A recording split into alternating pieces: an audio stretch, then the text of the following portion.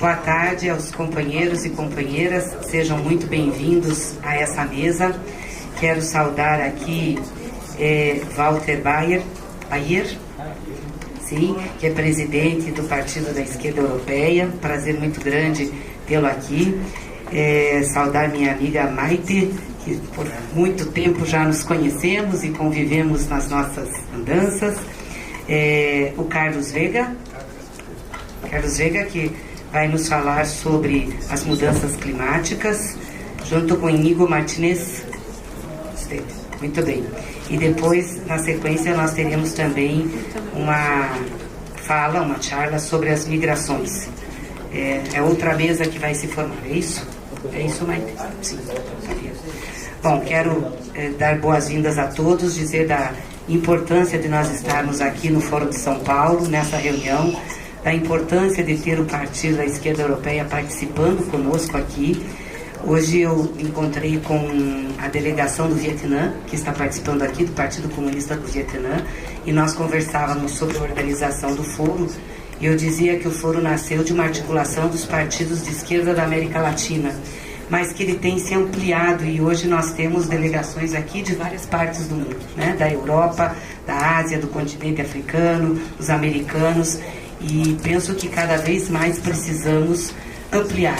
Nós precisamos de uma forte organização internacional dos partidos da esquerda para que a gente possa enfrentar principalmente a extrema-direita, que tem um movimento também internacional.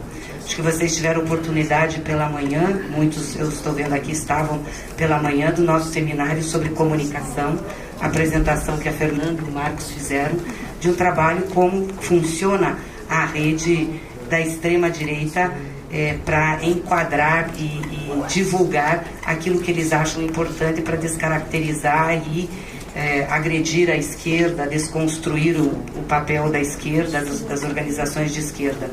E nós precisamos ter uma contraofensiva a isso. Não podemos achar que só os movimentos que fizemos até então vão ser necessários para fazer esse enfrentamento. Não vão ser necessários. Nós temos que nos organizar melhor, nos comunicar melhor, para enfrentar isso que está acontecendo no mundo, e que no Brasil nós sentimos muito nesses últimos tempos. Ainda bem que conseguimos ganhar a eleição com o presidente Lula. Acho que isso nos dá um fôlego, mas ganhamos a eleição, derrotamos Bolsonaro, mas o bolsonarismo está organizado, está vivo e vai fazer esse contraponto e essa luta política. E nós precisamos fazer essa luta política. Eu quero saudar essa mesa sobre mudança climática. Acho muito importante essa discussão pelo Foro de São Paulo. É um debate que está na ordem mundial, a preocupação do planeta sobre isso.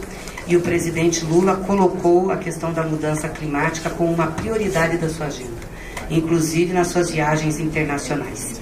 E fez um grande esforço para que a COP25 se reunisse aqui, COP30 se reunisse aqui no Brasil em 2025, exatamente na Amazônia, que é um tema de grande debate internacional.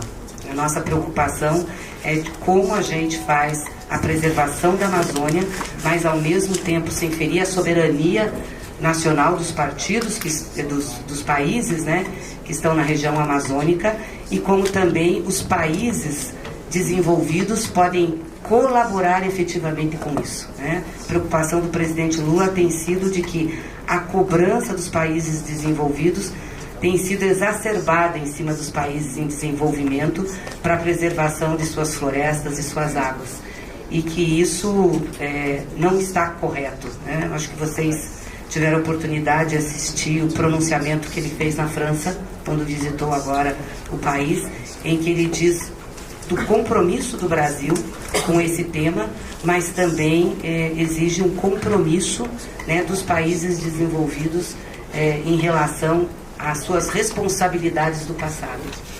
E um fato que é também importante, nós estávamos já, o Brasil estava avançado para assinar o acordo Mercosul-União Europeia e foi suspenso agora exatamente por conta de cláusulas que nós achamos, e o presidente avalia, que são exacerbadas em relação às responsabilidades ambientais. Mas dito isso, eu quero passar aqui ao Walter, que me acompanha nessa mesa para logo a gente começar a conversa. Walter.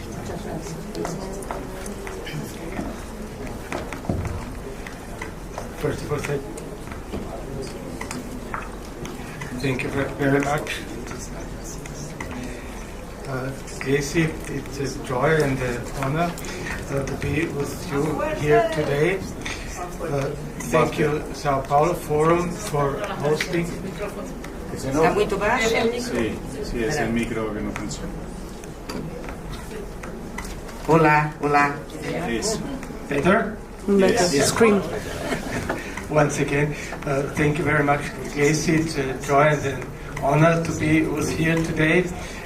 Thank you, Sao Paulo Forum, for hosting this seminar jointly with the European Left Party, which is an umbrella party of 40 parties from 25 European countries, and being represented in the European Parliament with 39 seats. Europe today shows all signs of what political scientists call a polycrisis, and on the top of it, we are seeing the growth of a radical neo-fascist right across the European continent. 93% of the EU citizens are worried about the rising cost of living, 82% of poverty, and 81% each about climate change and the spread of the war in the Ukraine.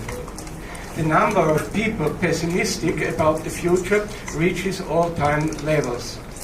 It is the pessimism and the fear for the future which makes the shares of the radical neo-fascist parties rise. The radical left in Europe does not indulge in this mood, as it is a force of political struggle and of alternatives.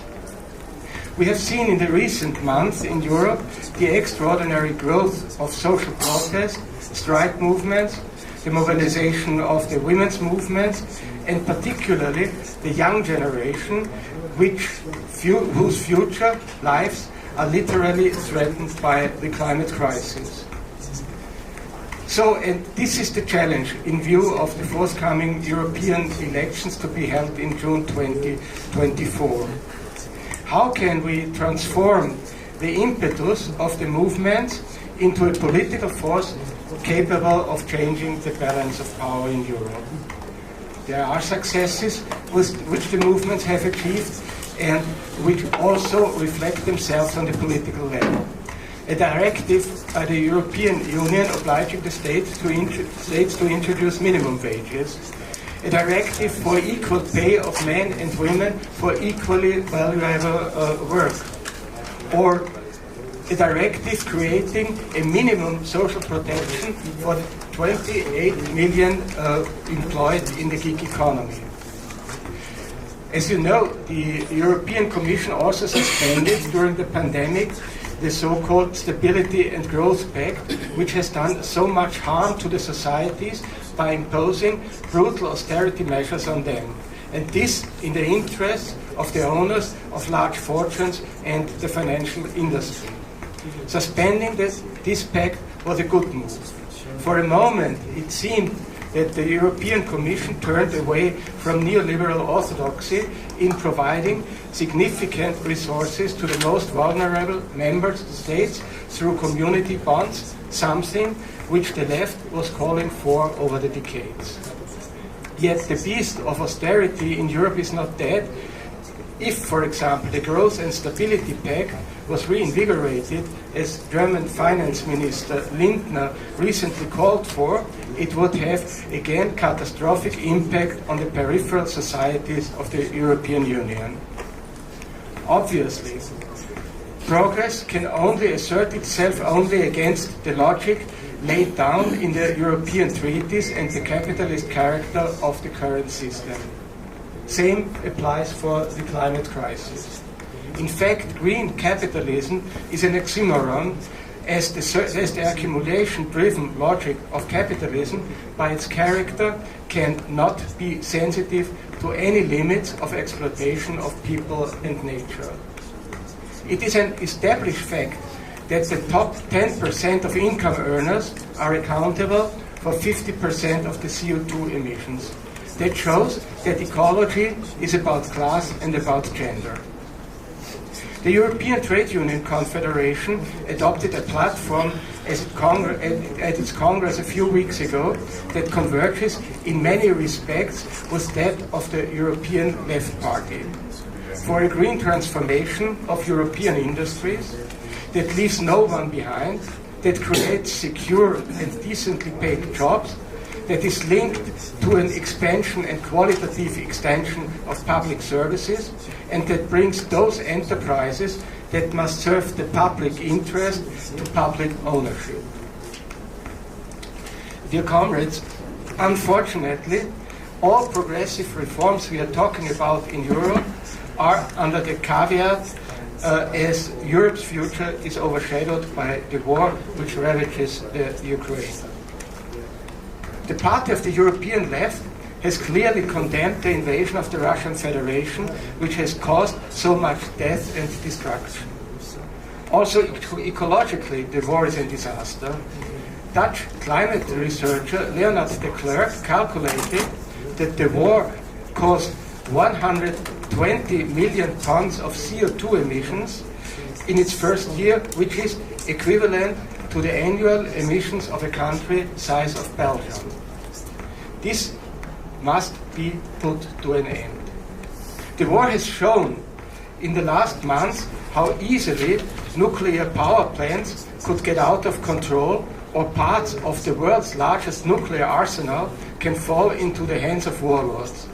Literally, we are at the verge of a general human catastrophe. This must be put to an end. It is difficult to express the extent to which the people of Europe owe a debt of gratitude to President Lula for his political initiative to end the war, something that the leaders of the European Union and its member states have proven incapable of delivering. This failure is a tragic mistake in a world which is in an upheaval. Either by design or by disaster, we see the emerging of a new multipolar world order. Whether this will be a safer, more just world is undecided, since it will depend on the way it takes shape. So we must work, and UNASUR is excellent news. Petro's total peace strategy in Colombia, as well as the possibility of victory of progressive forces in Ecuador and in Argentina, give us new hope to move towards another world of equals in peace without blockades or arbitrary sanctions. At the next People's Summit, to be held in Brussels on 17th and 18th of July as an alternative to the EU CELAC Summit, the Sao Paulo Forum and EAL are working together with Belgian, European, Latin American and Caribbean organizations to create a new common working space. We are looking forward to welcoming you. We are looking forward to our debates, to the exchanges of analysis and the planning of joint struggles. Finally, in November, we will hold in Madrid the 7th edition of the European Forum of Progressive Ecologists and Left Forces, where the EL is involved, and where we are also looking forward to meeting you again with a large representation of the Sao Paulo Forum. Comrades, globally and in Europe the situation is not easy. As the recent elections in Europe have shown, the advances of neo-fascism is an imminent threat. We can avoid this danger if we succeed in building unity among the left and the progressive forces. This is the strategic line which the European Left Party follows. Thank you very much. Hasta la victoria siempre.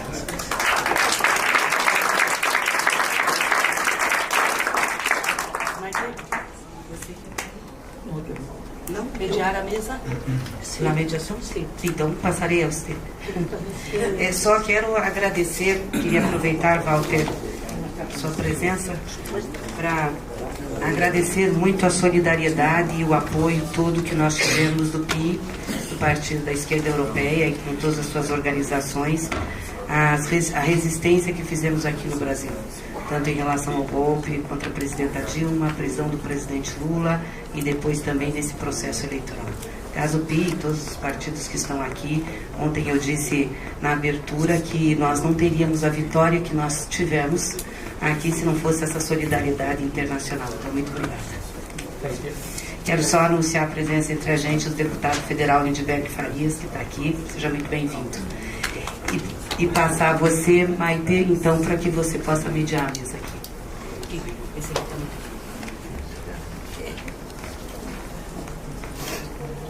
Bueno, vamos a ver.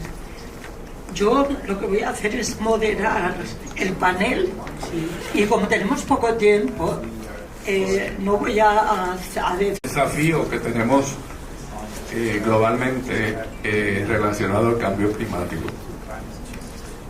Debemos reconocer en primer lugar que los seres humanos somos, primero que todo, naturaleza, y que no existen desastres naturales. La naturaleza no es desastrosa, es generosa. Sí existen desastres sociales sobre la naturaleza, que son responsabilidad de los seres humanos. No de todos, pero sí de algunos, sobre todo debido a la presión que se ejerce por el capitalismo depredador. Debemos estar conscientes de que lo que le sucede al resto de la naturaleza impactará a los seres humanos. Ello obliga a desarrollar una relación armoniosa entre el ser humano y el resto de la naturaleza. Una convivencia respetuosa y afectiva que asegure la estabilidad y la felicidad. El ser humano es el único ser vivo que transforma la naturaleza y la utiliza. La elevación del nivel del mar con la consecuente desaparición de costas, de zonas costaneras bajas, la alteración de las estaciones climáticas, la modificación arbitraria de las temporadas de producción agrícola, el desarrollo de huracanes de intensidad sin precedentes y el agravamiento de la crisis alimentaria en muchos países. El avance del agua del mar tierra adentro disminuirá igualmente el agua dulce para el consumo de los seres humanos y otras especies. Habrá muchas especies que no sobrevivirán al aumento de temperatura. El impacto del calentamiento global, cambio climático, amenaza con la destrucción progresiva del planeta, específicamente en la biosfera o esfera de la vida, donde habitamos los seres humanos y el resto de la naturaleza. Absurdamente, las grandes controversias políticas, económicas y sociales en las que solemos involucrarnos resultan insignificantes ante la amenaza, que ya es un hecho, del calentamiento global, cambio climático. Si bien este es un problema que, como indicáramos antes, se inicia sobre todo durante la segunda mitad del siglo XVIII, y a pesar de que existe conciencia plena de la gravedad del caso, desde hace décadas, algunos dirigentes políticos, como por ejemplo el expresidente de los Estados Unidos, Donald Trump, insistían en que se trata de un complot para hacerle daño a las economías de las grandes potencias. Asimismo, países capitalistas industrializados, como Estados Unidos, Alemania y otros, como China, son aportadores principales al calentamiento global, cambio climático, debido a las emisiones extraordinarias de gases de efecto invernadero de sus industrias, sin que parezca que vayan a asumir una posición en favor del planeta en un futuro previsible. Puerto Rico, el país de donde yo provengo, es un aportador importante de esos gases en la región de América Central y el Caribe. En nuestro archipiélago hay más de 3 millones de vehículos de motor y numerosas industrias contaminantes que lanzan continuamente gases contaminantes a la atmósfera. La intensidad del huracán María que sufrimos en nuestro archipiélago, los problemas costaneros en diversas partes del país y los largos periodos de lluvias y de sequía que hemos experimentado durante los pasados años son señales claras que nos ofrece la naturaleza sobre el disloque que enfrenta el planeta. En semanas recientes, en nuestro país hemos experimentado una ola de calor sin precedentes en la historia, con las consecuencias que ello tiene sobre los seres humanos y otras especies y el medio ambiente.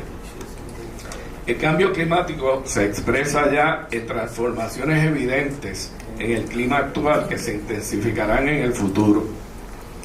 La evidencia disponible muestra que el cambio climático se manifiesta en aumentos en la temperatura atmosférica y oceánica, cambios en los patrones de precipitaciones, decrecimiento de los volúmenes de hielo y nieve y en un incremento a nivel del mar y modificaciones en los patrones de eventos climáticos extremos. El cambio climático es desde una óptica económica consecuencia de una externalidad negativa global. Esto es, las actividades económicas emiten a la atmósfera sin costo económico alguno un conjunto de gases de efecto invernadero que ocasionan el cambio climático. Por tanto, no resulta relevante el lugar geográfico específico de estas emisiones y estas se asocian al estilo de desarrollo. El cambio climático conlleva una paradoja temporal derivada de que, siendo un fenómeno de largo plazo cuyos efectos serán incluso más intensos en la segunda mitad de este siglo, requiere para su solución actuar con urgencia en el presente. El cambio climático, en esos eventos se reúnen dirigentes y científicos de todo el planeta, donde, por cierto, debido a nuestra condición política colonial, Puerto Rico está ausente, aunque somos igualmente parte de esta tierra.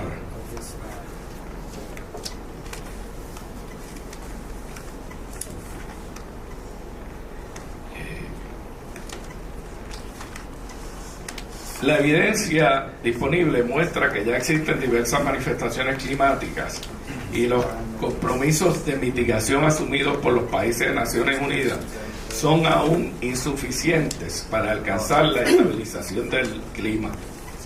La adaptación al cambio climático incluye cualquier ajuste deliberado en respuesta a las nuevas condiciones climáticas, tanto reales como esperadas, y pueden incluir cambios sociales, culturales, administrativos y en procesos, modificaciones en comportamientos, construcción de nueva infraestructura o uso de tecnologías y transformaciones de política pública con el propósito de amortiguar o aprovechar las nuevas condiciones climáticas.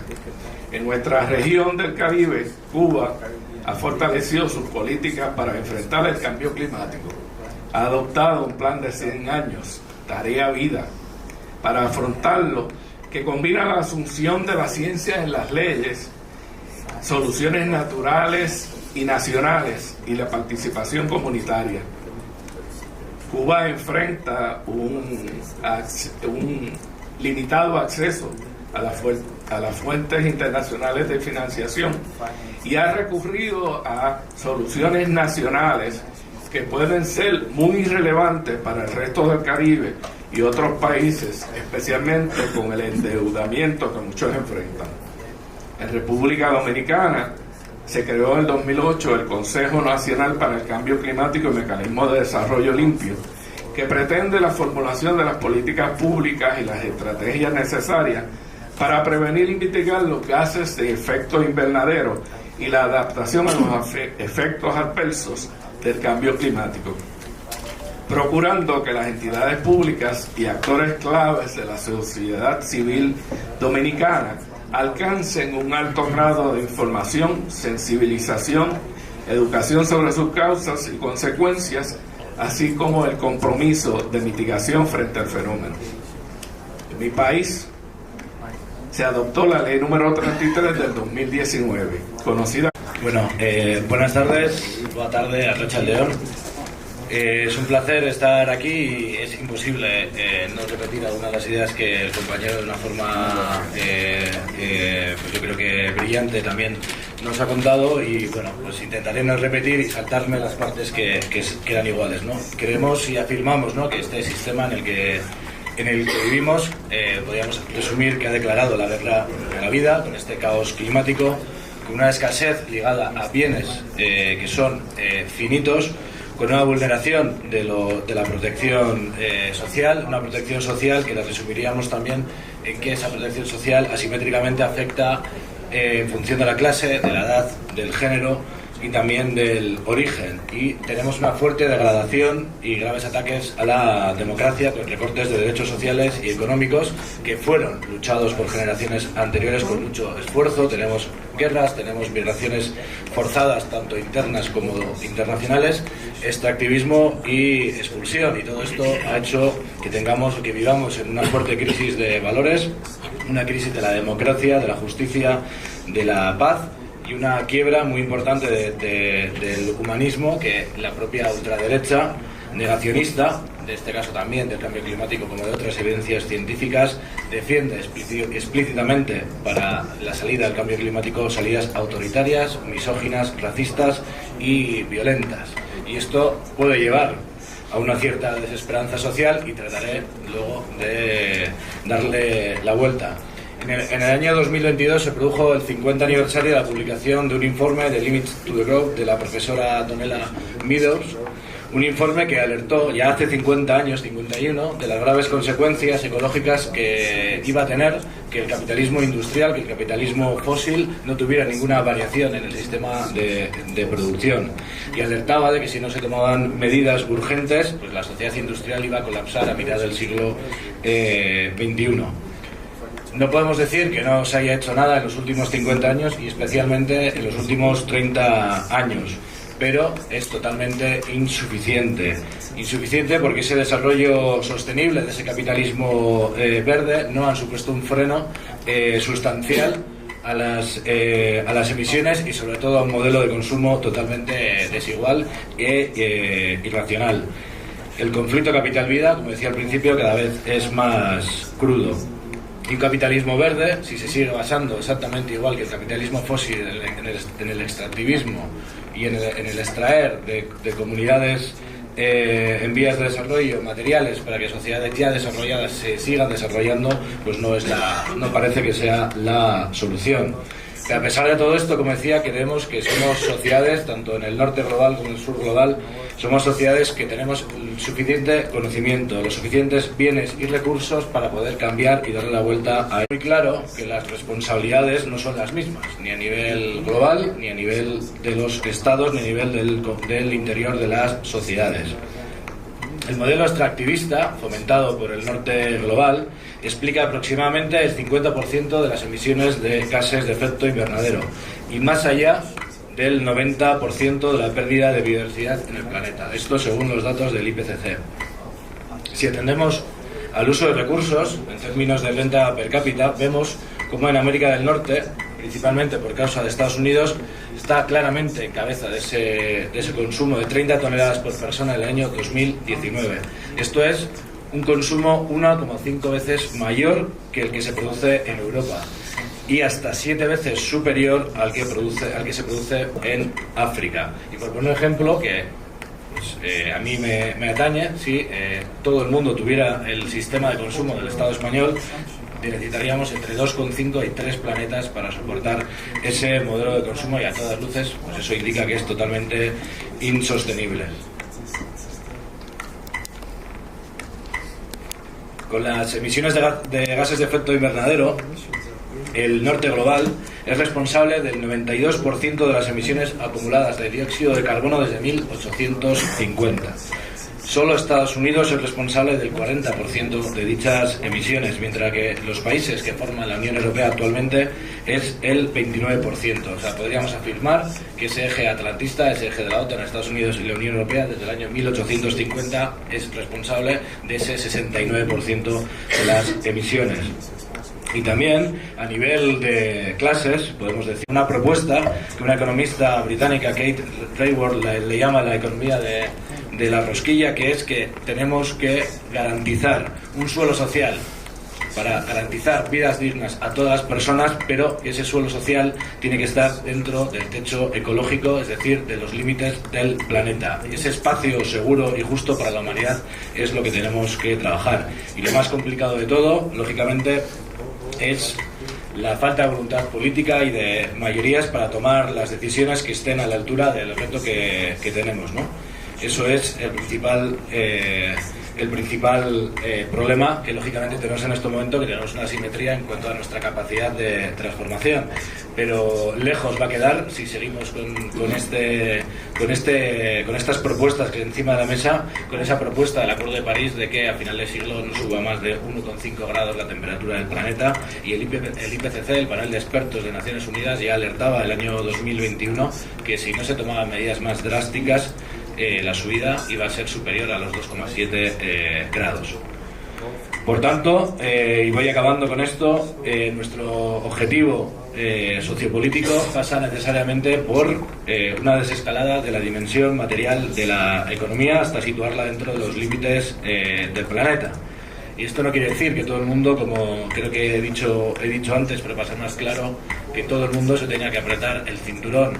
Hay gente que se tendrá que apretar, gente entendido como la sociedad del norte, las multinacionales y los poderosos y los ricos, que se tendrán que apretar el cinturón, pero otras personas tienen que, lógicamente, tener vidas mejores. Pero porque este decrecimiento, esta bajada de la dimensión material de la economía va a pasar. Y la elección es si la planificamos entre todos y todas, o nos la planifican. Y la salida ecofascista, que es lo que decíamos al principio, una salida autoritaria y ecofascista, es lógicamente pues, lo que tenemos que combatir.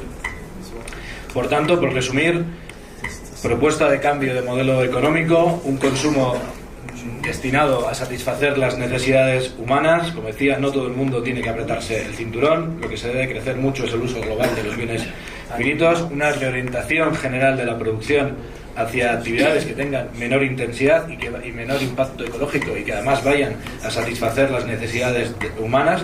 Y aquí, otra cuña, la transición ecológica tiene que ser justa a nivel social y a nivel de la clase trabajadora, pero también tiene que ser feminista. Y en esta transición ecologista tiene que estar el debate y las soluciones a las crisis de los cuidados y también al uso de los tiempos. Por eso pensamos que es necesario blindar también los servicios públicos. Se decía también en la primera ponencia, un ejemplo claro es el transporte público, pero la educación y la sanidad son fundamentales. Estando con los compañeros de Uruguay, nos hablaban también de la crisis hídrica que están sufriendo en este momento, y necesitamos, por supuesto, una nueva seguridad humana. Este foro ha trabajado mucho, ¿no?, las propuestas por la paz. La seguridad humana no son tanques ni ejércitos. La seguridad humana es paz, es diálogo y es sobre todo igualdad. Es acabar con la mayor guerra que tenemos en este momento, que es la guerra que tiene el sistema contra las personas empobrecidas. Y sí que quiero acabar con esta frase. Muchas veces cuando, por lo menos en Europa, nos achacan que somos apocalípticos, que estamos echando la bronca a la gente, que estamos acusando a no sé quién de no sé qué cosa. Es verdad que el panorama es a veces desalentador, pero tenemos que ser pedagógicos y llamar a la esperanza. No se trata de echar la culpa a la gente, sino de asumir la responsabilidad colectiva como sociedad que tenemos para transformarlo. Como dice también Yayo Herrero, ya la he citado mucho y la recomiendo muchísimo que la leéis, la culpa y el señalamiento es triste y paralizante y genera ansiedad individual y ansiedad social. La responsabilidad, sobre todo si es colectiva, es fuerza, es potencia y es capacidad de hacer, es decir, empoderamiento social. Por tanto, pues bueno, con este diálogo espero que salgamos fortalecidos con nuevas propuestas para luchar contra esta crisis ecosocial, y que la salida la decidamos entre todos y todas y que no la decidan por nosotros. Muchas gracias. El fenómeno migratorio, propuesta desde las izquierdas. Y contamos con la presencia de Cyril Benoit, que es secretario de Relaciones Internacionales del PC francés, y la compañera Aida García Naranjo, del Partido Socialista de Perú, que ha sido legisladora y embajadora de su país en diferentes países de América Latina y el Caribe.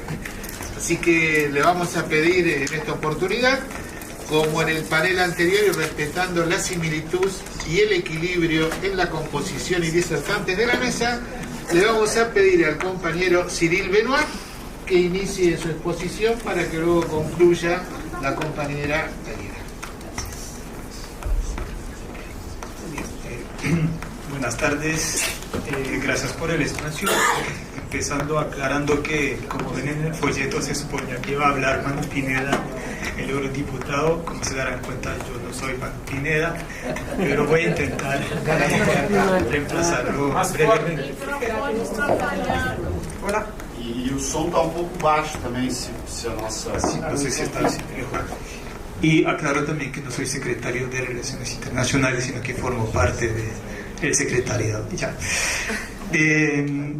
Sí, para tratar este tema que, como saben, es muy importante actualmente en el mundo, pero sobre todo entre otras regiones en Europa, que aunque las migraciones sean un fenómeno humano tan antiguo como la misma humanidad, en los últimos años se ha convertido en uno de los temas centrales del debate público en la Unión Europea, donde aparece sobre todo es a través de dramas y de polémicas también.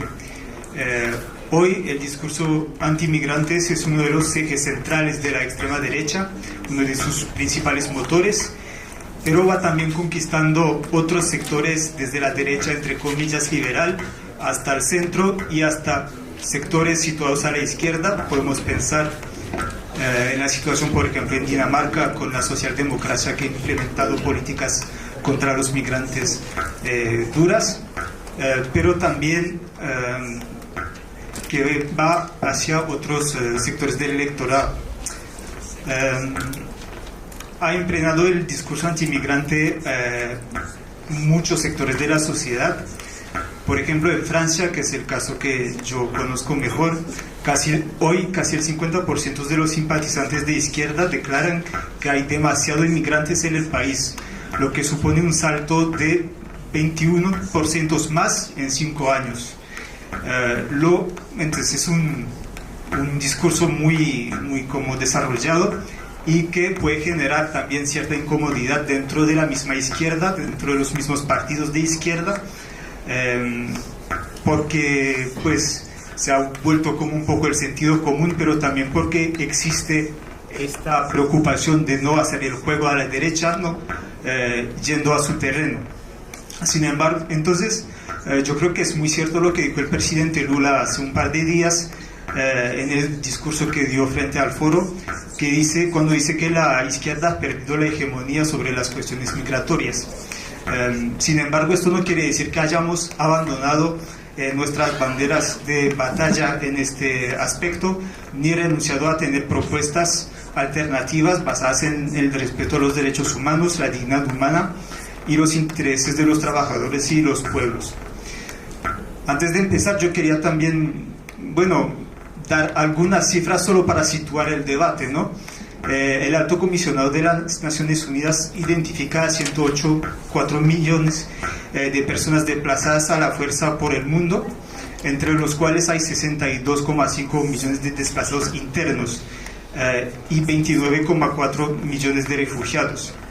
Y entre los refugiados que no son palestinos, porque se considera como una categoría aparte en las cifras internacionales, los principales países de acogida son Turquía, Irán, Colombia, Alemania y Pakistán.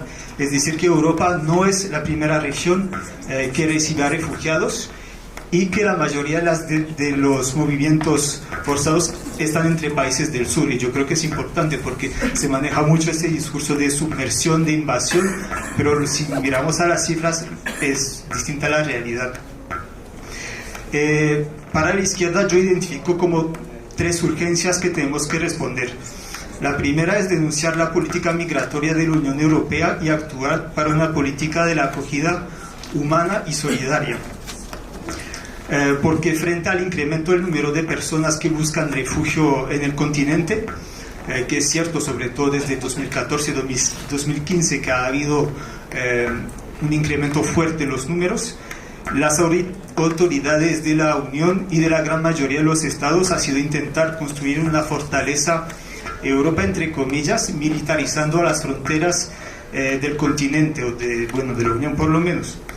Esto ha llevado a que las personas migrantes tomen rutas cada vez más peligrosas, sobre todo cruzando el Mediterráneo, pero también en cierta medida el Atlántico, desde Turquía, Libia, Marruecos o Túnez, después que se hayan construido más de 1000 kilómetros de muros en el territorio continental de la Unión, sobre todo en los Balcanes.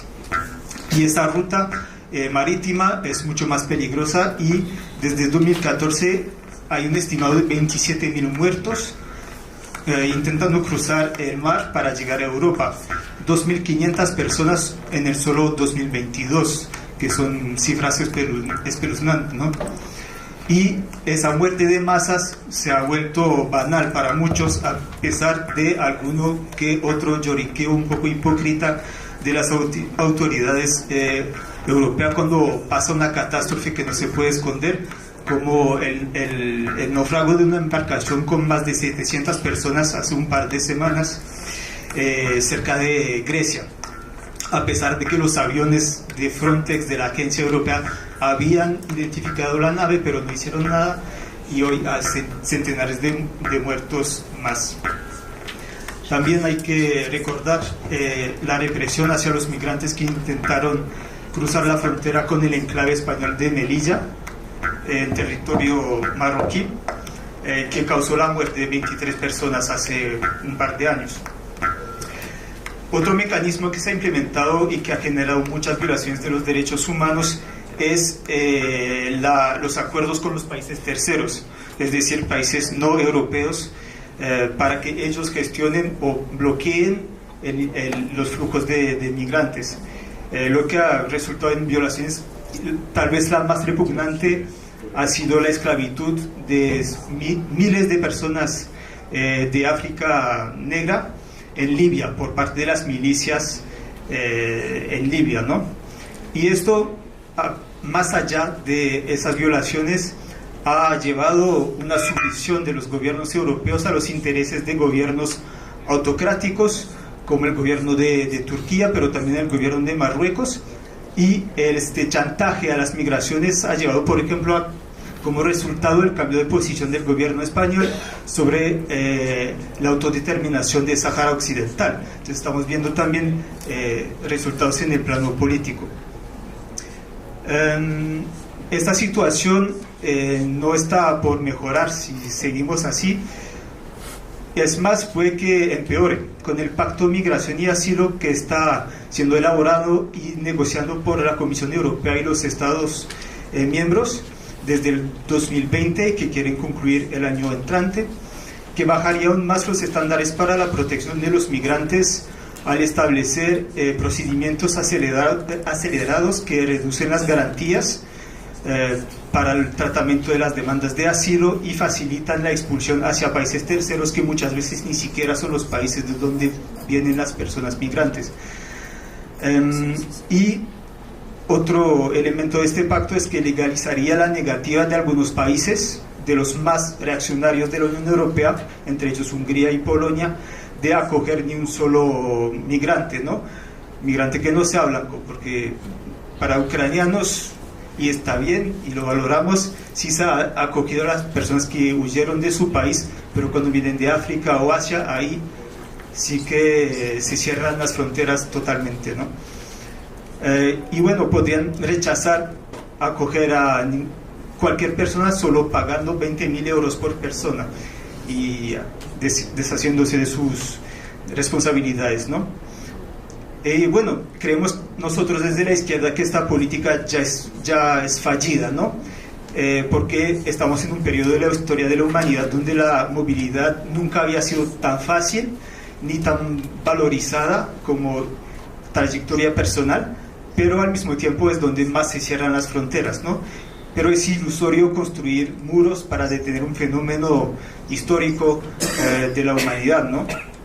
Y solo genera muertes y violaciones de los derechos fundamentales y favorece a las empresas que construyen los muros, las cámaras, los drones y también al crimen organizado. Por eso estamos abogando por una ruptura con la política actual, es decir, la militarización de las fronteras, etcétera, y en cambio abrir vías legales y seguras para las personas que deseen irse a vivir a Europa, cualquiera que sea la razón, forzada o voluntaria, y garantizar los procedimientos para los solicitantes de asilo, que se estudie la situación individual de cada uno y no en grupos, que se garantice el derecho de apelación y de protección subsidiaria. Esta actualización, este cambio de procedimiento va de la mano con una necesaria solidaridad entre países europeos, porque hoy en día rige el reglamento de Dublín, que establece que el primer país donde llega la solicitud de asilo es el encargado de asumir todo el procedimiento, ¿no? Y eso ha resultado en que la carga, entre comillas, esté mal repartida entre los países, y países como España, Italia, Malta, Grecia, que ya están enfrentando situaciones difíciles, tienen que asumir una carga muy fuerte, y además las colectividades, las comunidades locales en Lampedusa, en Lesbos, que ya han sido golpeadas. Entonces es importante trabajar a que cada quien, bueno, juegue su papel, ¿cierto? Para terminar esta parte, otra reivindicación que tenemos es que se acabe el delito de solidaridad, es decir, que hoy se criminaliza a la gente individual, organizaciones que ayuden al rescate en el mar o que le brinden ayuda humanitaria a los migrantes, y se les asimila a traficantes de personas, ¿no? Entonces creemos que es urgente acabar con esta política. La segunda urgencia, pero yo voy a ser más breve porque lo hemos discutido bastante, es actuar sobre las causas de las migraciones forzadas, construyendo un mundo más justo y en paz. Afirmamos que la movilidad internacional debe ser un derecho, pero también que es un derecho poder vivir en su propio país sin tener que huir por causas de la miseria, el cambio climático, la guerra, la opresión, etc. Entonces, veo como tres ejes principales en ese aspecto. El primero es el codesarrollo, que rompa con las lógicas de dominación capitalista imperialistas en el mundo, en las cuales está inserta la Unión Europea. Esto, por ejemplo, supone que vayamos hacia nuevos tratados comerciales que no actúen en beneficio de las ganancias de las grandes empresas capitalistas, pero que establezcan mecanismos justos y el apoyo a la soberanía industrial, alimentaria de los países. Reforzar el multilateralismo y acabar con los clubes de países de grandes potencias tipo G7, y que trabajemos en el marco de la ONU. La soberanía monetaria, acabando por ejemplo con el franco CFA ECO, que es una que impide la soberanía económica de África del Oeste, por ejemplo. Y también una conferencia sobre la deuda, para que deje de ser un mecanismo de sumisión de los pueblos y de especulación también de los grandes grupos financieros. El segundo eje es la aplicación del derecho internacional sin dobles estándares, ¿no? Aplicando las resoluciones de la ONU en todos sus aspectos, empezando por ejemplo por Palestina, Sahara Occidental, pero también que cesen las agresiones armadas ilegales. Hoy estamos viendo que la mayoría de los refugiados vienen de 3 países, que son Siria, Afganistán, Ucrania, que son 3 países en guerra, y conocemos la responsabilidad de los países imperialistas en esas guerras, ¿no? Y ni hablar, por ejemplo, de la agresión contra Libia, que destruyó el país, que destabilizó a toda la región de Sahel, y que hoy está dando lugar a estas violaciones que yo hablé anteriormente, ¿no? Y entonces supone obviamente acabar con el alineamiento con los Estados Unidos y la OTAN, que son de los principales responsables de estas guerras, y trabajar para mecanismos de construcción de la paz en el mundo y en Europa, por ejemplo, y sobre todo hoy acerca del conflicto en Ucrania. También quería mencionar otra urgencia que para mí es muy urgente, dada la situación en Francia actualmente, que tal vez la hayan visto, que es luchar contra el racismo y para sociedades abiertas, porque la migración no son solo migrantes que pasan y que se van por otras partes. Hay inmigrantes que se asienten en un país, que ahí construyen su vida, tienen sus hijos y forman parte de la sociedad en Europa y en otros países del mundo, ¿no? Y hoy el discurso dominante los presenta a esos migrantes como una amenaza para la seguridad y hasta contra la identidad europea, ¿no? No es nada nuevo, pero hemos visto en los últimos años un auge de esos discursos de odio y conceptos que eran marginales en sectores muy extremos de la extrema derecha, van ganando terreno y se han vuelto banales en el debate público, ¿no? No sé cómo traducirlo bien, pero por ejemplo el concepto de gran cambio poblacional, ¿no? Que es como una teoría de la conspiración que supone que hay una conspiración para cambiar la población europea por africanos, ¿no? Y que todo esto está orquestado por no sabemos muy bien quién, pero que existe. O el concepto de descivilización, diciendo que la llegada de migrantes lleva a que estemos regresando hasta un estado salvaje en la sociedad, ¿no? Que es una reactivación del concepto de choque de civilizaciones, pero aplicándolo a las mismas sociedades europeas, diciendo que hay sectores de la población que por su color de piel o su religión o su cultura nunca van a formar parte de la nación, por más que hayan nacido aquí, que sus hijos hayan nacido aquí, pero que es incompatible su presencia con la existencia europea, ¿no? Entonces yo creo que tenemos que defender una concepción abierta y política de la nación, es decir, una comunidad de destino donde quepan todos y no como una entidad étnica o religiosa que es excluyente. Esto también supone afirmar abiertamente que en el debate europeo no se deja escuchar muy fácilmente, pero el papel determinante que juegan las y los inmigrantes en nuestras sociedades. Y yo creo que eso quedó evidenciado durante la pandemia, cuando vimos que los trabajadores de primera línea, como se les llamó, muchos de ellos eran migrantes, ¿no? Sean enfermeros, enfermeras, profesiones del cuidado, obreros, colectores de basura, todas esas profesiones que son las peor pagadas, peor valoradas, pero que sin ellas la sociedad no avanza.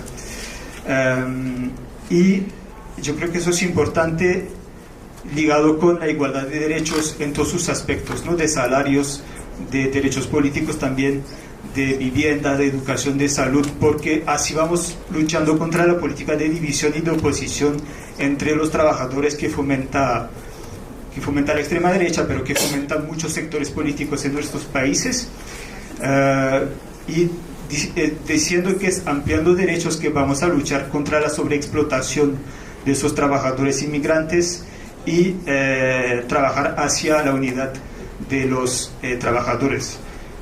Digo eso porque hay un ejemplo que en Francia en los últimos 30 años ha habido 22 leyes sobre inmigración, y siempre estas leyes vienen cuando el gobierno quiere generar una diversión. Recientemente hubo una movilización muy grande contra la reforma de las pensiones y apenas se debilitó, el gobierno entró con el tema de la migración. Entonces ahí está claro cuál es el objetivo, ¿no? Y entonces concluyo como resaltando el papel de la lucha antirracista, que va más allá de los migrantes entonces, pero que va hacia los habitantes de nuestro país que han nacido aquí, ¿no? Que se les acepta cuando marcan goles en el mundial, pero que cuando solo quieren vivir, trabajar, se les rechaza y se les niega su participación de la nación, ¿no? Y eso genera una gran violencia para sectores enteros de nuestros países, con una relegación urbana, escolar, discriminaciones en el empleo, etcétera, etcétera, la relación con la policía, y va generando fracturas muy profundas en nuestra sociedad, y es lo que estamos viendo hoy en Francia. Yo veo que también en Bélgica se va expandiendo un poco esta frustración y esta violencia producida por estas fracturas, y entonces es un llamado a confrontarnos a nuestro pasado colonial, y es un desafío democrático y social, y va a depender de cómo resolvamos ese desafío el futuro del continente. Gracias.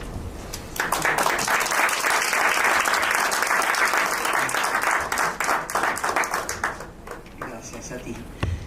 Muy buenas tardes a todas y a todos. Es un gusto estar en esta mesa, y lo primero que quiero expresar es mi reconocimiento y saludo al Foro de Sao Paulo, a Mónica Valente, a la Secretaría Ejecutiva, pero no sobre la formalidad, como lo hemos hecho todos esta mañana y en cada sesión, sino porque es la primera vez que el Foro de Sao Paulo, mi partido, el Partido Socialista de Perú, es fundador del Foro de Sao Paulo hace 33 años. Y es la primera vez que tenemos como centro del debate el cambio climático y las políticas migratorias. Es sin duda un avance y un acierto, como el conjunto de elementos que se han puesto ayer en el tema de la integración regional. Entonces, el tema de la migración también tiene que ver con la integración regional. Es una dinámica que la tenemos que incorporar en el proceso de la integración regional cuando hemos hablado del sujeto social de la integración, y decir las personas.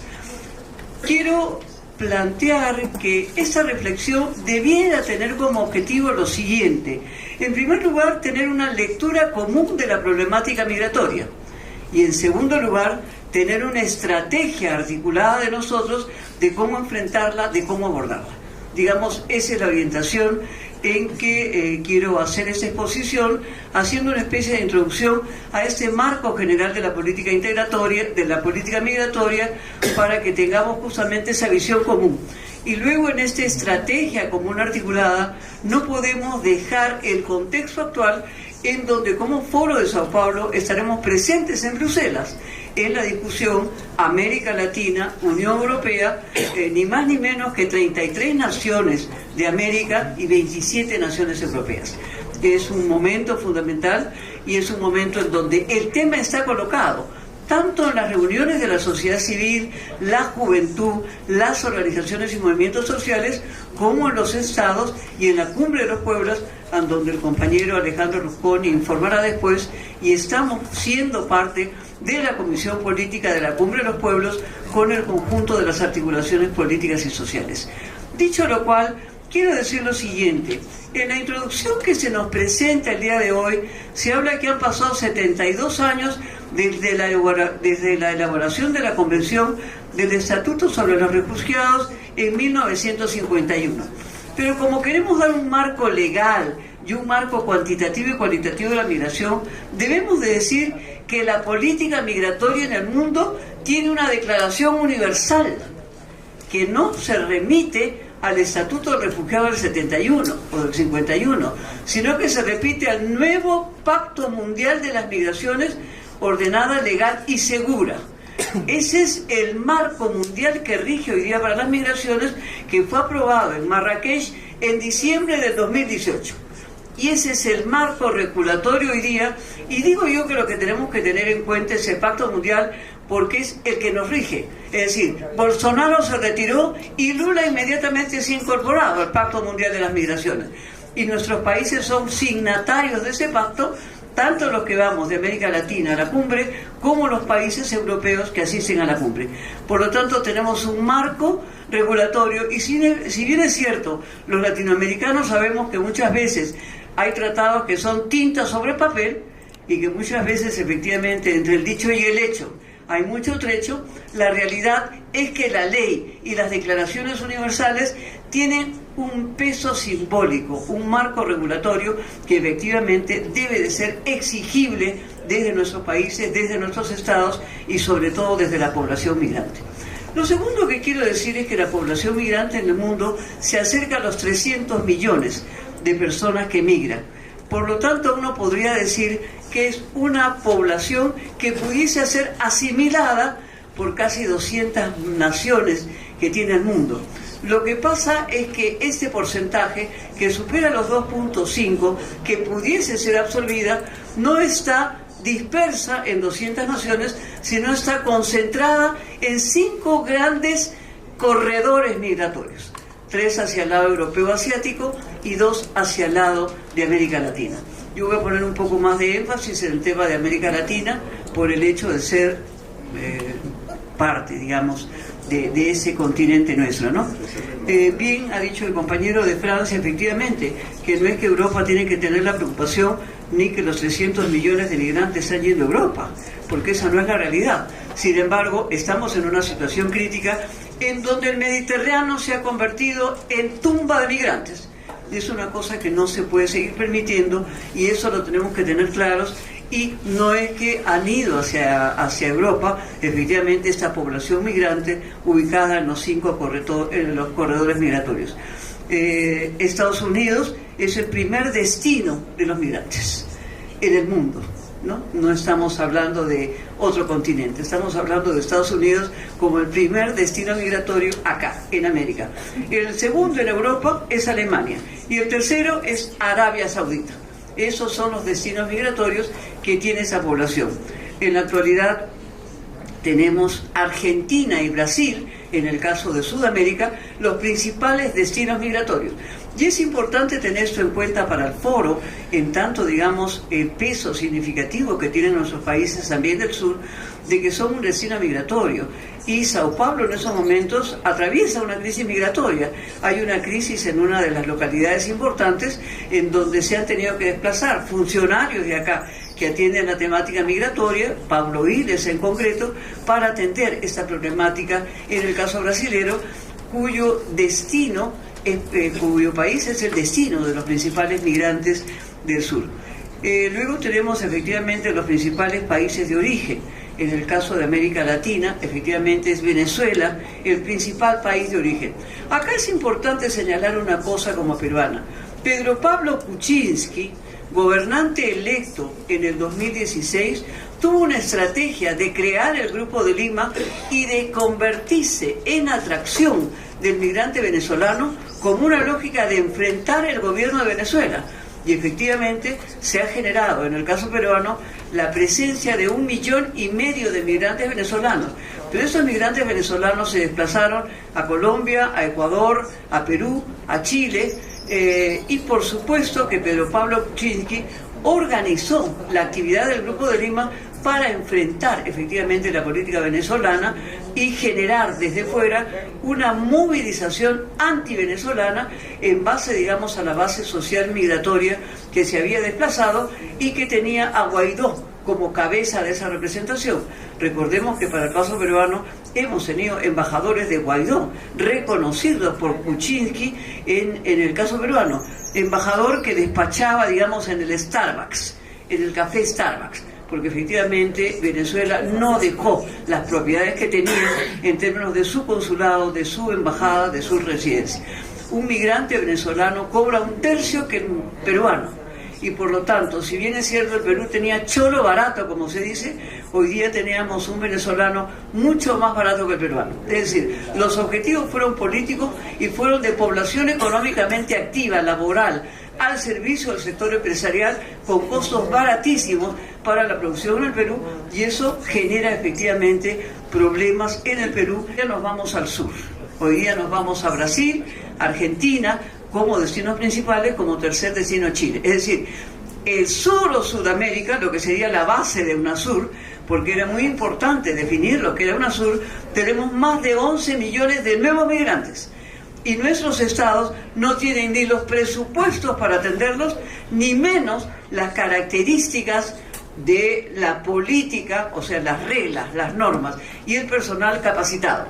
Es más, la política migratoria se ve desde el Ministerio del Interior, no se ve desde los Ministerios de Relaciones Exteriores, tratándose al migrante como un delincuente, tratándose al migrante como un delincuente y por lo tanto militarizando fronteras, cerrando fronteras, criminalizando migrantes y expulsando migrantes, como lo acabamos de ver, de los migrantes expulsados de Chile recientemente, en el mes pasado, generando una gran crisis. Entonces se ha producido ese cambio de patrón migratorio y ese tema hay que verlo. Para acabar, como han dicho todos los políticos en la mañana, ayer, todos los días, ¿no? Para acabar, nosotros estamos presentando a la Unión Europea, el equipo que se ha reunido para atender migraciones, 20 puntos. Por razones de tiempo no voy a plantear los 20 puntos, voy a plantear un mínimo de esos puntos. El primero de todos, sin embargo, es el siguiente. Luego de casi un cuarto de siglo de iniciada la pretendida Asociación Estratégica Birracional, Europa, América, entre la Unión Europea y América Latina y el Caribe, constatamos que en ese periodo América Latina y el Caribe no ha sido una región priorizada por Europa, como por la política exterior de la Unión Europea, a pesar de los buenos propósitos ya recogidos en las declaraciones del proceso de las cumbres previas de jefes de Estado de la Unión Europea y Latinoamérica. Río de Janeiro en el 99, Madrid en el 2002, Guadalajara en el 2004, Viena en el 2006, Lima en el 2008, Madrid en el 2010. Esas reuniones bilaterales se paralizaron, las estamos retomando, pero debemos de saber que esa asociación de diálogo político, relaciones económicas, cooperación al desarrollo, no han modificado sustantivamente el carácter asimétrico de esas relaciones. Lo siguiente que quiero decir es que los tratados de libre comercio y en general con la UE en particular no han producido los impactos positivos anunciados en los discursos gubernamentales y corporativos en materia de empleo y bienestar para los pueblos de América Latina y el Caribe. Respecto a la autonomía de los pueblos, efectivamente, la Agenda 2030 es beneficiosa, es importante.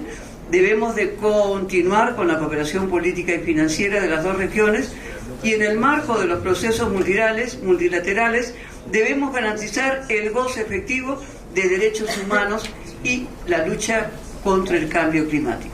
Necesitamos aprobar políticas migratorias de manera integral y concertada entre los países.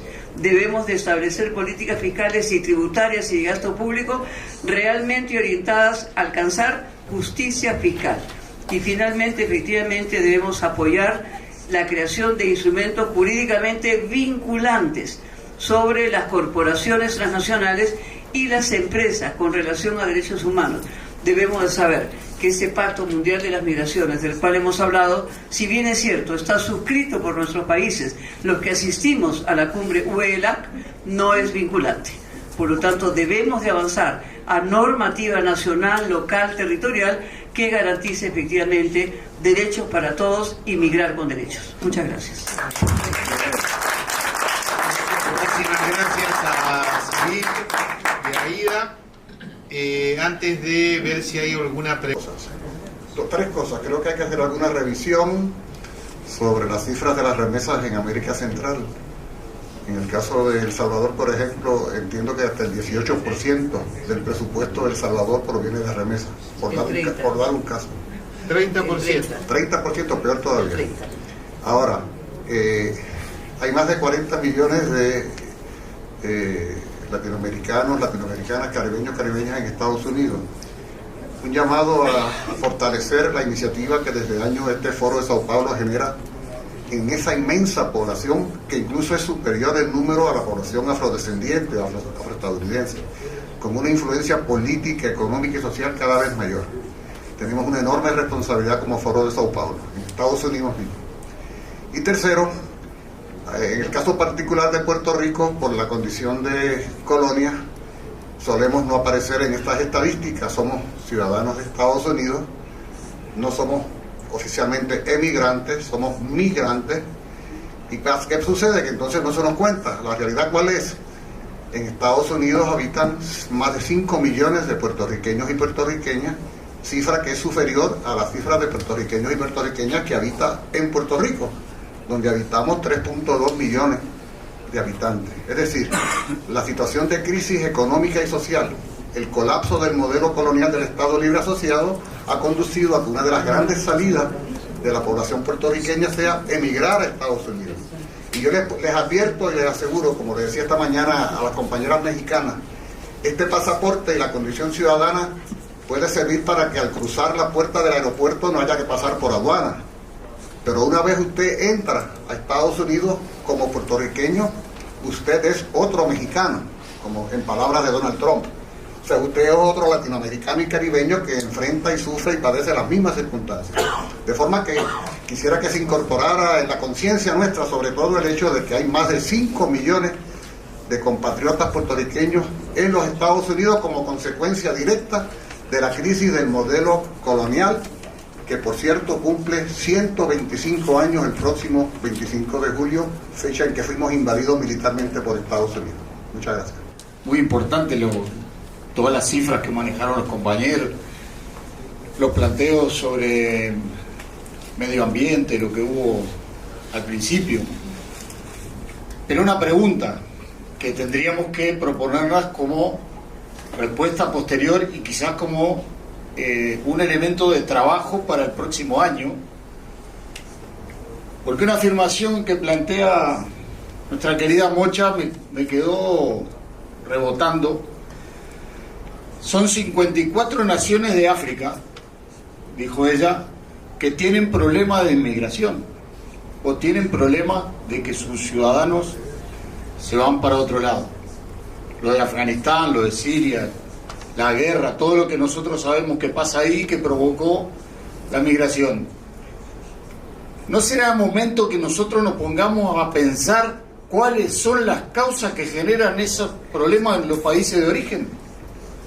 Que empecemos con la izquierda europea a analizar de la parte que le corresponde al europeo y al mundo desarrollado las acciones que provocan en África, en Asia, en América Latina, en todos los lugares, que generan que se produzcan las migraciones masivas que hoy tenemos en el mundo.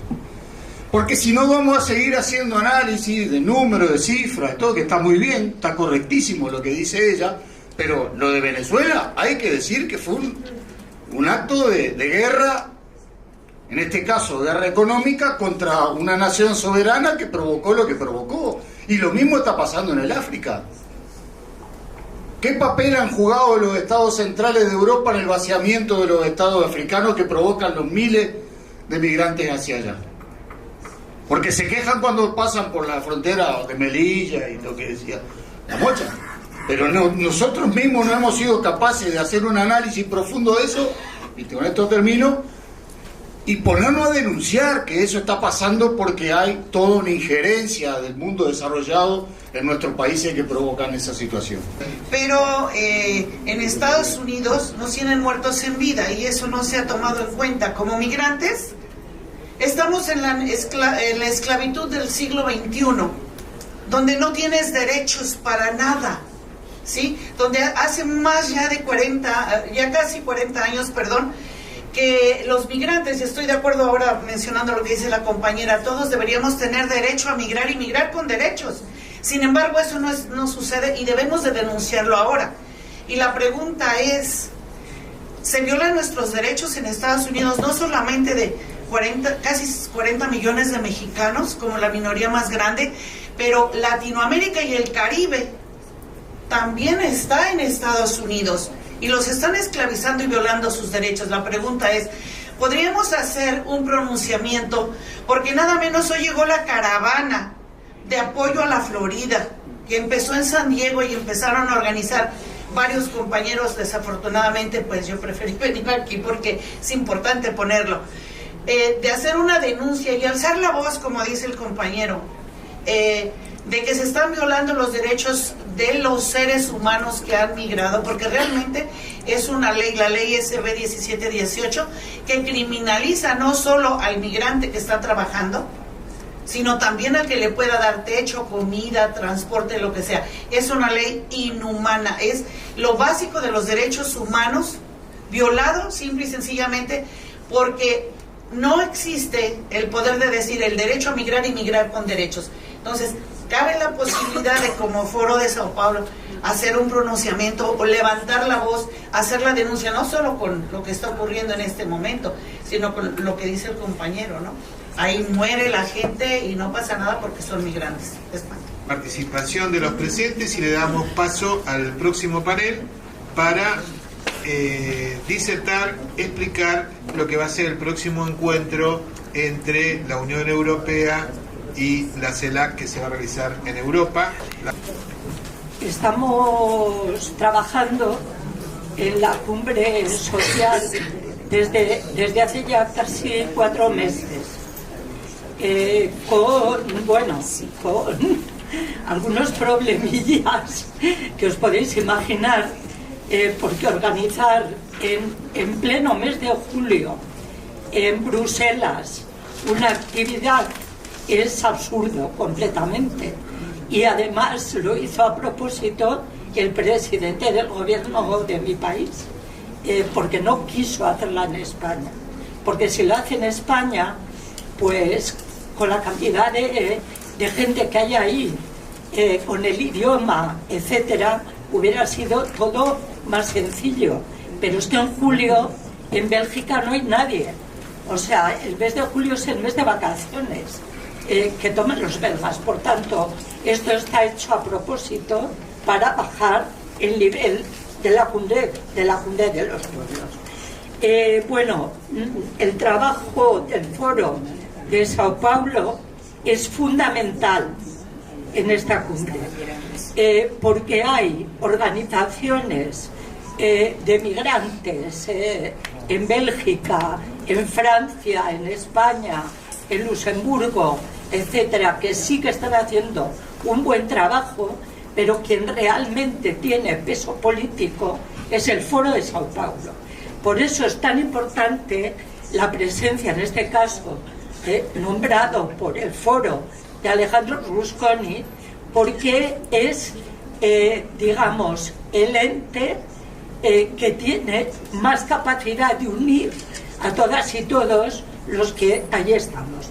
El Partido de la Izquierda Europea vamos a tener un perfil, digamos, bajo, porque creemos que es una cumbre de los pueblos social y sobre todo queremos potenciar todo el tema sindical, el tema de movimientos, etcétera, y va a haber un evento importantísimo en el Parlamento Europeo en el que esperamos y deseamos que algún presidente o presidenta, que por lo menos que yo sepa, en Honduras hay una presidenta progresista, pueda participar. Por tanto, repito, el Foro de Sao Paulo es quien más capacidad tiene. Y también, para terminar, agradecer al Partido del Trabajo de Bélgica, que está haciendo un trabajo extraordinario, agradecer a INTAL, agradecer a las organizaciones, a COMAC de jóvenes, por el excelente trabajo que están realizando y en condiciones bastante complicadas. Nada más. Gracias. Gracias, Maite. Buenas tardes. Bueno, yo como primera medida agradecer a la compañera Mónica Valente que por integrarnos a trabajar con este equipo, ¿no? Y también, cuando digo integrarnos, porque también estuvo acompañándonos la compañera Aida Mocha, que recién me presidió una sola palabra, el compañero Juan Carlos Frometa, y el rol que tuvieron también las embajadas de Cuba, de Nicaragua y de Venezuela. Eso es importante con el enlace con la sociedad civil, ¿no? Son de los países que integran el Foro de Sao Paulo, y fueron hasta la fecha, digamos, discusiones difíciles, ¿no? Pero porque tenemos una guerra y hay diferentes posiciones, lo que hemos resuelto es que en aquellos temas que nosotros no teníamos, llegamos a coincidencia, no íbamos a estar discutirlo en función de la unidad en la máxima diversidad, como decimos en el Foro de Sao Paulo, ¿no? Así que yo también quiero agradecer al Partido Amplición, que es el Partido de los Trabajadores de Bélgica, y bueno, y también el rol de los compañeros, hago extensivo de la izquierda europea, el Partido Comunista Español, también a José Luis, bueno, a Maite y a todos los compañeros. Y hemos estado trabajando, vamos a un resumen, y me dicen en el tiempo, sobre cómo se da esta cumbre, ¿no? En este contexto actual de transformación global, de crisis superpuestas, decimos, y de progresiva recuperación de la pospandemia, ¿no? La relación entre la Unión Europea y América Latina y el Caribe tienen el potencial de impulsar el desarrollo sostenible y los derechos humanos. Para ello, nosotros creemos que se debe involucrar a la sociedad civil como un actor fundamental, con el fin de potenciar la inclusión, la transparencia y la eficacia de los procesos. Y ahí trasladamos de este continente los insumos de lo que fue la CELAC social, digamos, ¿no? Y también poder entregarle, que queremos entregarle las declaraciones, como lo hicimos nosotros en Buenos Aires en enero de este año, al presidente pro tempore de la CELAC, también integrársela al presidente de la Unión Europea y al presidente de la CELAC, pro tempore de la CELAC, ¿no? Nosotros decimos en nuestro documento que después de un relativo silencio en la agenda birregional que se había acordado para renovar las estrategias, ¿no? de la cumbre de la Unión Europea y la CELAC, que se va a realizar 17 y 18 en Bruselas, ¿no? se ha publicado que este 7 de junio una comisión conjunta, que es una nueva agenda para las relaciones entre la Unión Europea y América Latina en el Caribe, en cuál expone las prioridades y acciones por la Unión Europea en ámbitos claves, ¿no? Y para la Unión Europea y América Latina y el Caribe es una salida de gran importancia en términos de inversión, de comercio y colaboración en áreas cruciales como la biodiversidad, las energías renovables, la producción agrícola, la defensa del multilateralismo y las materias primas estratégicas. Por ello se ha fijado una agenda con 6 prioridades, que son intensificar el diálogo político, complementar la red de acuerdos comerciales, cooperar en las transiciones, ya sea la ecológica, la digital y social, y abordar los desafíos sobre seguridad, justicia y promover la paz, la democracia y los derechos humanos, y construir una asociación centrada en las personas. La Unión Europea ha lanzado la estrategia global Gateway para impulsar la inversión en infraestructura a nivel mundial y propone una agenda de inversión específica para América Latina y el Caribe a adoptar en la cumbre, ¿no? Y que América Latina se convierta en el campo de pruebas de esa agenda. Sin embargo, brilla por su ausencia una estructura de gobernanza biorregional horizontal, la apuesta por procesos exigentes de debida diligencia y un mediador de su impacto en desigualdad de su proyecto y la participación de la sociedad civil en torno a esta iniciativa. Por si fuera poco, ha habido una reducción del espacio cívico en muchos de los países de las regiones agravada durante la pandemia, con un incremento sin precedentes de ataque contra organizaciones, activistas y personas defensoras de los derechos humanos, que han generado desplazamiento, violencia e impunidad, afectando desproporcionalmente a las personas más vulnerables. Las nuevas relaciones de la Unión Europea y América Latina y el Caribe ofrecen una oportunidad para priorizar un enfoque basado en los derechos humanos, permitiendo la co-construcción de mecanismos de protección y promoción a nivel biorregional, una apuesta decidida por proteger y ampliar el espacio cívico en todos los países y revertir la represión política, administrativa y financiera a las organizaciones sociales y personas defensoras de los derechos humanos, medio ambiente y territorio. En América Latina y el Caribe, la brecha entre la pobreza y la riqueza extrema, junto con la alta tasa de inflación, ha aumentado en las últimas décadas, generando desigualdades multidimensionales e interseccionales. Mientras la mayoría de las personas vive en vulnerabilidad, los multimillonarios han visto incrementado su riqueza post-pandemia en un 21%. Es de crucial abordar estas desigualdades promoviendo protección social, sistemas integrales de cuidado, fiscalidad progresiva, trabajo digno, recursos para servicios básicos y una relación birregional feminista. Una transición verde justa es fundamental para abordar la emergencia climática y reorganizar las sociedades y economía en base a principios de derechos humanos y laborales, límites planetarios y bienestar para todos, por ejemplo, promoviendo una transición hacia el sistema agroecológico y la cancelación de la deuda externa. Se necesita financiamiento previsible y suficiente para apoyar y combatir la pobreza y la desigualdad en América Latina y el Caribe.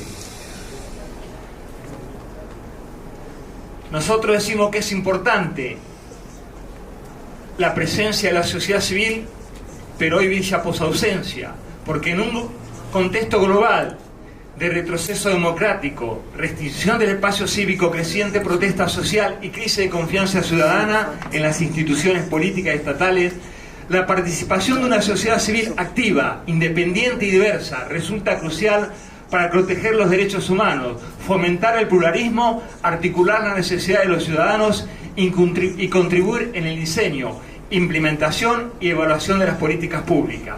Los espacios de participación efectiva de la sociedad civil permiten la incorporación de una pluralidad de actores sociales en los procesos de toma de decisiones, no restringiéndose únicamente a grupos con poder de influencia, aumentando así la transparencia y la rendición de cuentas y contribuyendo a disminuir el déficit democrático.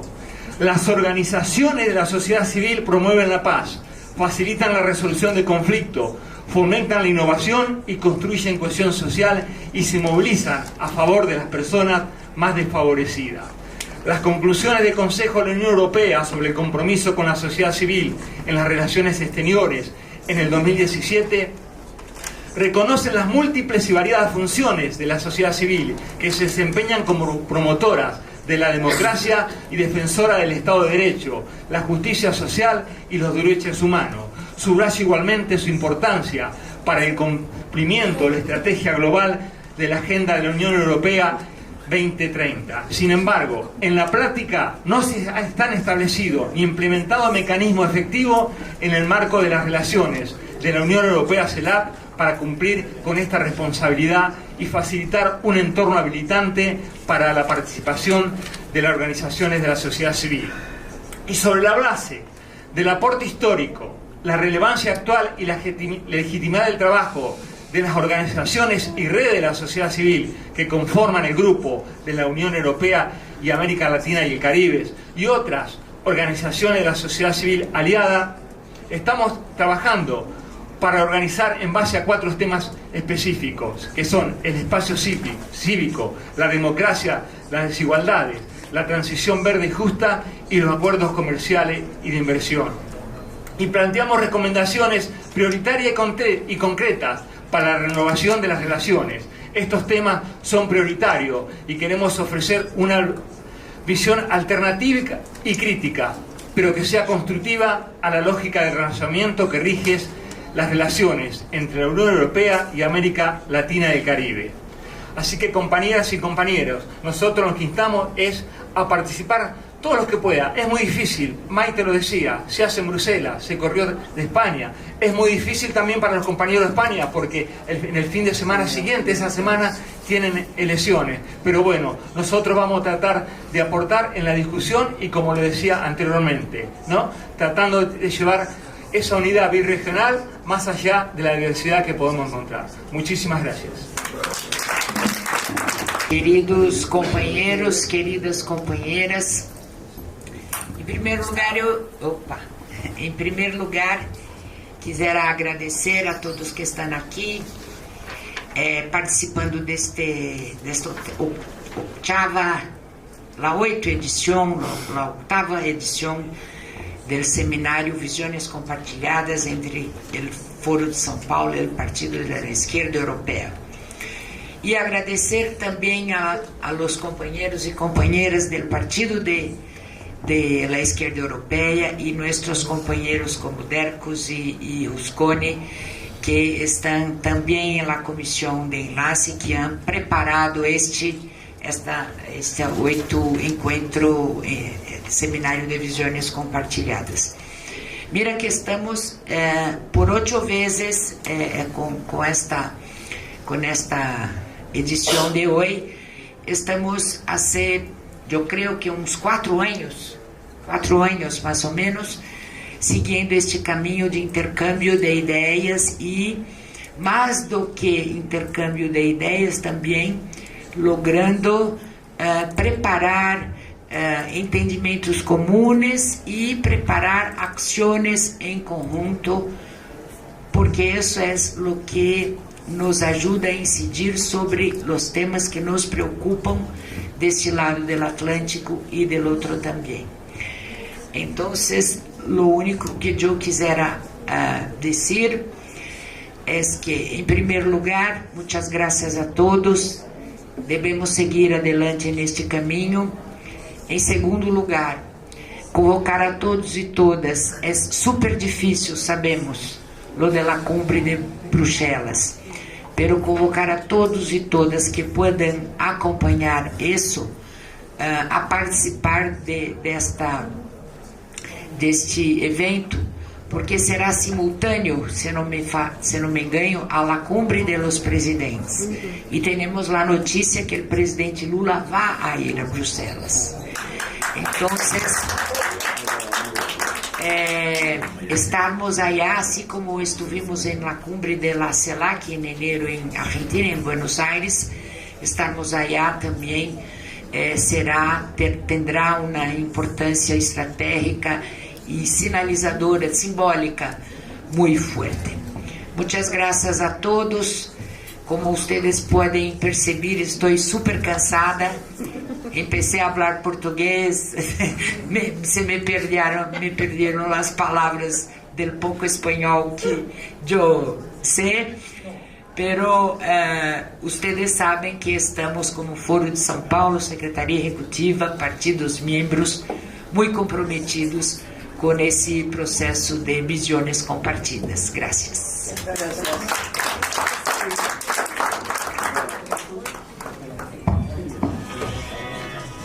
Bueno, muy buenas tardes a todas y todos. Yo de verdad me voy contento porque este octavo seminario me parece que está siguiendo un camino de calidad y quiero felicitar de verdad, sinceramente, los expositores, los compañeros y la compañera que han hecho su ponencia en este evento. Como decía Mónica, es el octavo seminario que estamos trabajando y yo creo que hay materia para hacer mucho más, quizás menos, más frecuentes, quizás virtuales, quizás, por ejemplo, hoy salía el tema de la integración y muchos compañeros, en el caso de Uruguay, yo le decía, bueno, hay que estudiar la integración europea para no repetir los mismos errores, llamémoslo así, ¿no? Entonces, ese podría ser, por ejemplo, un contenido del próximo seminario que podría ser planificado. Pero quiero agradecer naturalmente el Foro de São Paulo y una vez más por su exquisita acogida y gracias a Mónica y a todos los compañeros y las compañeras del Partido de Trabajadores, del Partido Comunista de Brasil, etcétera, que han estado aquí trabajando activamente para que eso funcione. Muy difícil hacer conclusiones de un debate que ha sido muy rico, muy amplio, sinceramente lo digo, tendríamos que tener más tiempo. Pero yo quiero resaltar y poner, algunos puntos simplemente, y me van a disculpar por lo esquemático. Primero, el tema del cambio climático como problema común, obviamente, no solamente de uno u dos países o un continente y no el otro. Segundo, alguien decía, me van a disculpar si no soy muy ordenado, pero traté de tomar nota. Eso del miedo al futuro, creo que lo decía el compañero Bayer, nuestro presidente, ¿no? El miedo al futuro, que también es un elemento de crecimiento de la derecha, crecimiento de la apolítica, de la antipolítica, ¿no? Que quizás vivimos en ambos continentes. Sobre el tema de la crisis climática, obviamente la cuestión de la guerra es central, no solamente por los daños dramáticos en términos de vidas humanas, etcétera, pero también por el efecto que ha sobre el medio ambiente en un momento en que estamos de verdad al umbral de un conflicto nuclear. Quizás nosotros lo sentimos mucho porque vivimos a pocos kilómetros, del conflicto, pero yo creo que, bueno, si vamos por ahí, no hay kilómetros y no hay muros y no hay frontera que tengan, ¿no es cierto? Entonces hago un llamado, para fortalecer el movimiento por la paz, que tiene que ver con la cuestión climática y naturalmente tiene que ver, como se ha explicado muy bien, con la cuestión de las migraciones. Aquí se han dicho muchas cosas, pero lo central me parece que hay que rescatar es la necesidad del cambio del modelo de desarrollo y de la lucha en contra del capitalismo fósil, así lo definía el compañero Íñigo, hacia un desarrollo sostenible, pero con política pública, que es lo que ha faltado en muchos de nuestros países sobre el tema del cambio climático, del calentamiento global, etc. Pensando obviamente en una reconversión del modelo productivo, reconversión energética, que no puede ser a cuesta de otros países. Lo digo porque, por ejemplo, quizás ustedes recuerdan que hace poco vino el primer ministro de Alemania a América Latina con dos intereses, principales. Primero, convencer que había que apoyar el esfuerzo bélico. Segundo, porque interesan los recursos para que la transición energética europea se pueda hacer con los recursos de acá. Entonces, creo que es otro de los temas comunes que tenemos que trabajar. Política pública. Pero no solamente como gobiernos, sino, aquí se hacía el ejemplo de Cuba Cuba Tarea Vida, de la misión que tiene, también a nivel de participación ciudadana, a nivel desde abajo, etc. Cambiando también hábitos de consumo, no para apretarnos el cinturón, lo que siempre lo hemos tenido apretado, sino para que otros aprieten el cinturón también. Hay que dar una batalla de ideas, eso sí, como decía el compañero Fidel, seguimos en la batalla de ideas hacia un buen vivir, hacia una relación armónica entre ser humano y naturaleza para hacer frente a la crisis ecosocial. Me quedé con la duda, pero lo dejamos para otro momento, sobre la comunidad resiliente en los límites, ¿no?, de los recursos del planeta, pero quizás eso, digamos, sería parte de la profundización de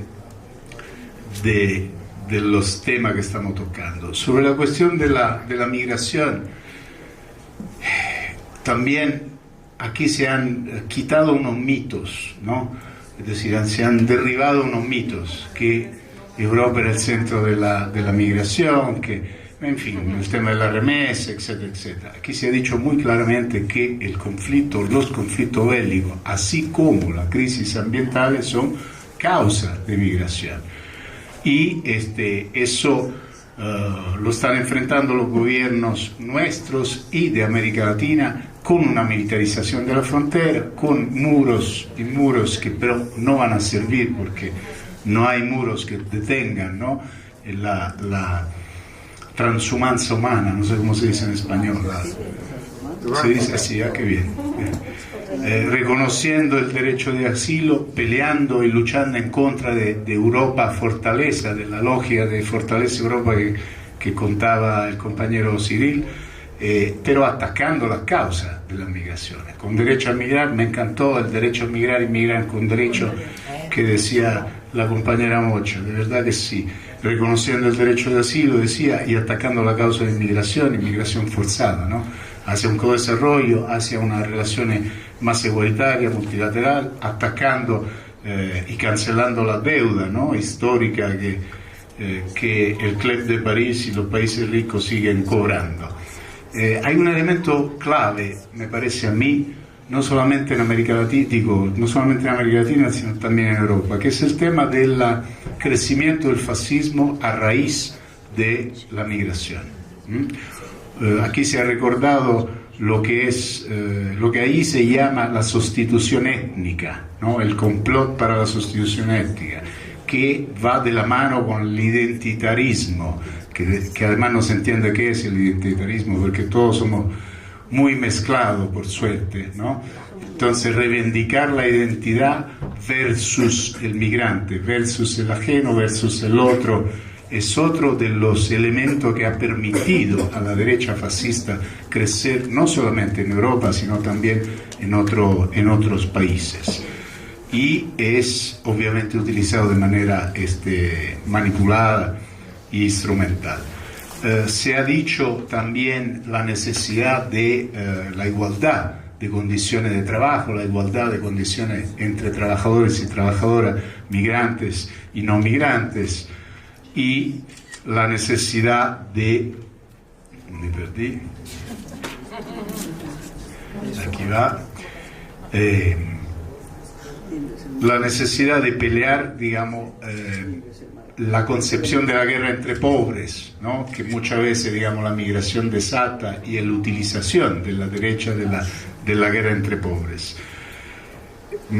Se ha hablado de remesa, del impacto económico de la remesa. Yo creo que estos son datos importantes que habrá que estudiar, que trabajar más. Me parece muy positivo, lo digo sinceramente, que América Latina encuentre su propia conferencia de migración, así como propuso el compañero Petro, y sé que AMLO está trabajando junto a Petro en esto. Sería bueno, digamos, que toda la región se sume.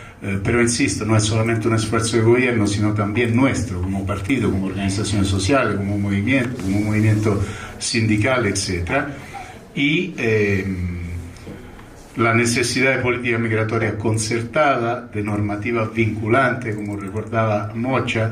Yo quiero recordar aquí también uno de los elementos, sobre todo en América Latina, que también ha provocado migración. Carlos recordaba el saqueo de África, etc. Yo recuerdo las sanciones, el bloqueo, ¿no? Las sanciones contra Venezuela son uno de los elementos principales, me parece a mí, del flujo migratorio venezolano, por ejemplo. Entonces, la lucha en contra de las sanciones también es parte, ¿no?, de la cuestión del tema migratorio. Para cerrar, porque lo estoy haciendo largo, yo quiero decir dos cosas más. Uno, alguien me decía que hoy nos preguntaba una compañera uruguaya, que ahí está, Agustina, nos decía, bueno, ¿en qué podemos ayudarlo? Yo creo que, la digo así, de manera provocatoria, no sé si se acabaron los tiempos de la solidaridad, porque los tiempos de la solidaridad siempre son presentes, pero ya es hora de seguir trabajando en una agenda común, en un programa común entre las izquierdas de los dos continentes, así como estamos tratando de hacer. Así que vaya mi palabra de aliento, digamos, para seguir trabajando en eso. Y la otra cuestión que quiero decir, y con eso termino, es que a veces nosotros subestimamos el aporte, Mónica, de los compañeros migrantes, incluso en términos políticos. Yo hablo de Italia, hablo de Refundación Comunista, mi partido, etc. Nosotros tenemos compañeros argentinos, ecuadoreños, peruanos, chilenos, etc. Brasileros, por cierto, todo el núcleo de Roma, muchos son compañeros nuestros, etc. Entonces, son compañeros con experiencia política, con experiencia sindical, social, etc., que han aportado, de hecho, al desarrollo, digamos, de nuestras fuerzas políticas y de la izquierda en general. Y eso no es un detalle. Nosotros valoramos mucho eso. Y para terminar, ahora sí, quiero agradecer la paciencia de ustedes, ¿no es cierto?, la presencia del seminario. Lo vamos a subir a las redes, a la del foro y la del PIE, para que los compañeros puedan difundirlo y seguirlo.